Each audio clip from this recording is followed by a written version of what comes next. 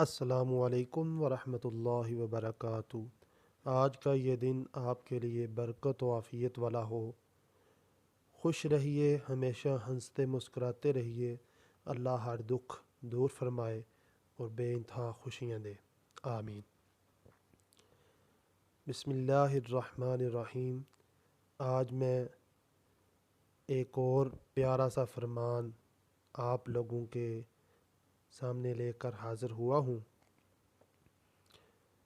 صبح و شام درود شریف کا معمول رسول اللہ صلی اللہ علیہ وآلہ وسلم کی شفاعت کا ذریعہ۔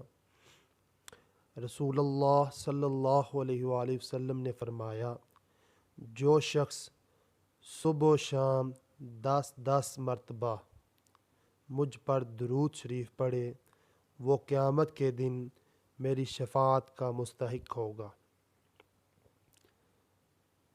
حضور صلی اللہ علیہ وآلہ وسلم نے فرمایا، جو شخص صبح شام 10 مرتبہ مجھ پر درود شریف پڑھے، وہ قیامت کے دن میری شفاعت کا مستحق ہوگا۔